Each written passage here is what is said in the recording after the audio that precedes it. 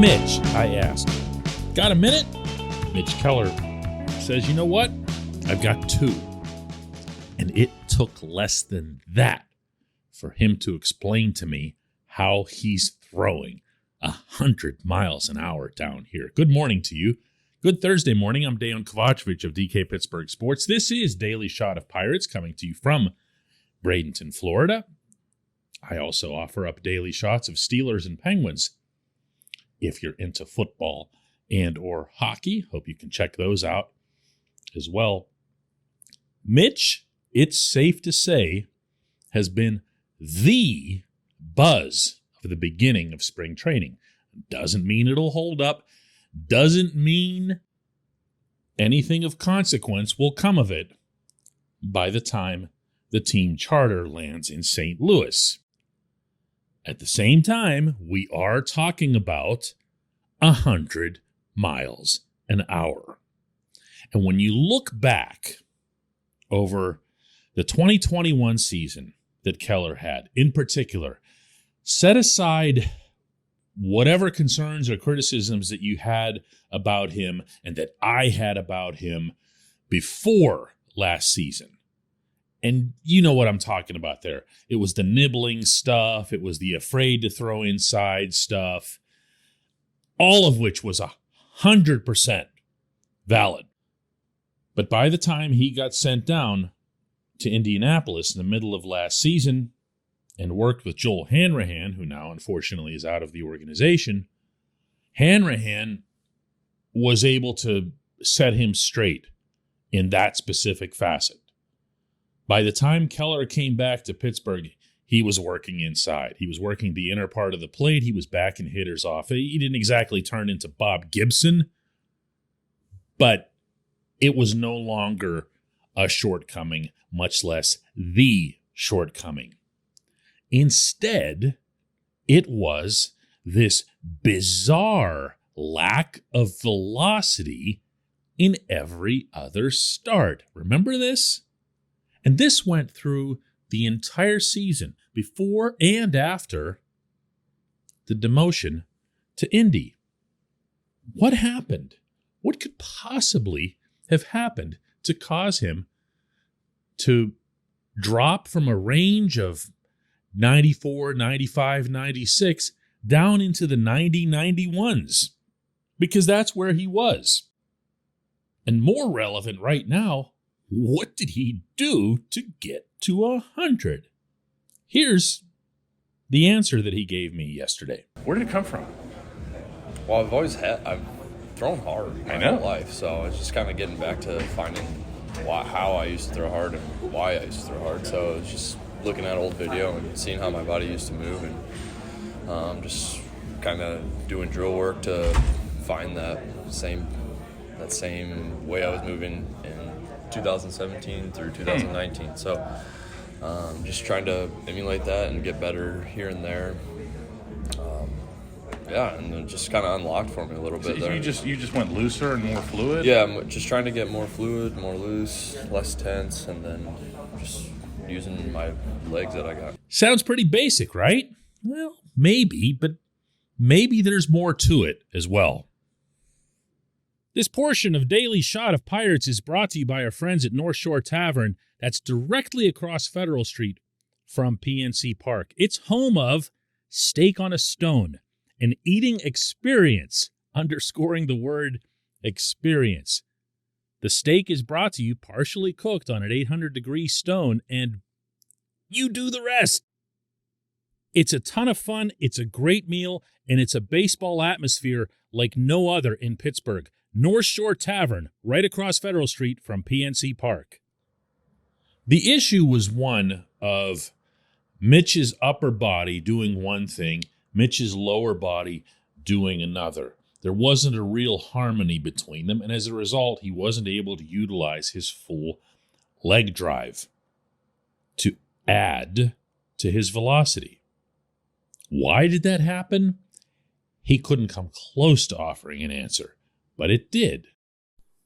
He talked about being more free and easy, as you heard, and that's a really common thing from pitchers because they'll get tight, they'll get uptight, Maybe because of nerves, maybe because of pressure, maybe because of the burden of having been this system's number one prospect and one of the top pitching prospects, by the way, in all of baseball, across all minor leagues, not long before he was promoted to the Pirates.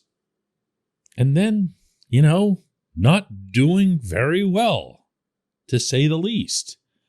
And having people like me and you even question his courage, question his ability to have a presence on the mound. But I'm here to tell you that 100 miles an hour, particularly if it's located with even reasonable precision, man, there's a lot of presence to be found in that. And there are some side bonuses as well if he's throwing 100. And by the way, although he first got attention for that with an Instagram post by the facility and the program in Charlotte, North Carolina, where this occurred a couple of months ago for the first time, he's also done it here. He did it 2 mornings ago at Lecom Park in a live batting practice off the actual regulation mound facing an actual regulation set of hitters with a radar gun behind him. 100 miles an hour. Believe me, that got everyone's attention here. A lot more than any Instagram post could have done. Not that they were doubting the veracity of it. It's just, it happens right in front of your eyes. So what needs to happen from here? Well, I referenced command. This affords you a little luxury to not be as mechanically pristine, but you still got to put the ball where you want to. Then there's durability. One of the things that the Pirates and everybody loves about Roansy Contreras, their top pitching prospect now, is that he throws 100 miles an hour, but he's still throwing 100 or occasionally hitting 100 even when he gets to the 6th or 7th innings. That's a bona fide 100-mile-an-hour kid. He is special, to quote one of the evaluators with whom I spoke down here. I'm talking about Contreras. And then I feel like I should knock on some kind of wood or something, but there's health. If your arm's been throwing 94, 95, 96 at a max rate for a few years, and then all of a sudden you're throwing 100, I probably shouldn't even bring it up. So there's not a magic wand that's going to be waved here for Keller. He has work ahead of him. But this is some serious found gold in the offseason for the Pirates as it is. When we come back, just one question.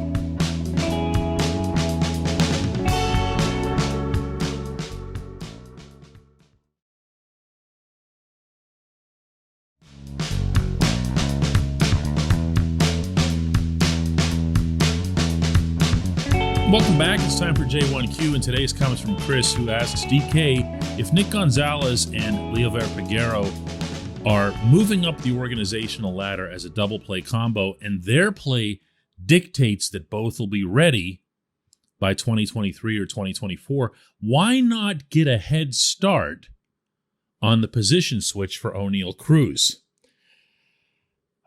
There's a lot in that question, Chris, as I'm sure you knew when you typed it out. And I could give you multiple layers of answers on this, including the readiness or the pace of Gonzalez and Peguero, who I'm not sure would arrive together. I think Gonzalez is on a faster track, if only because of the bat.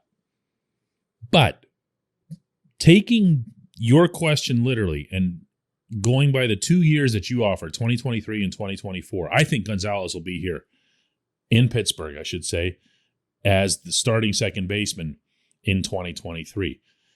Peguero, I don't have that feeling about.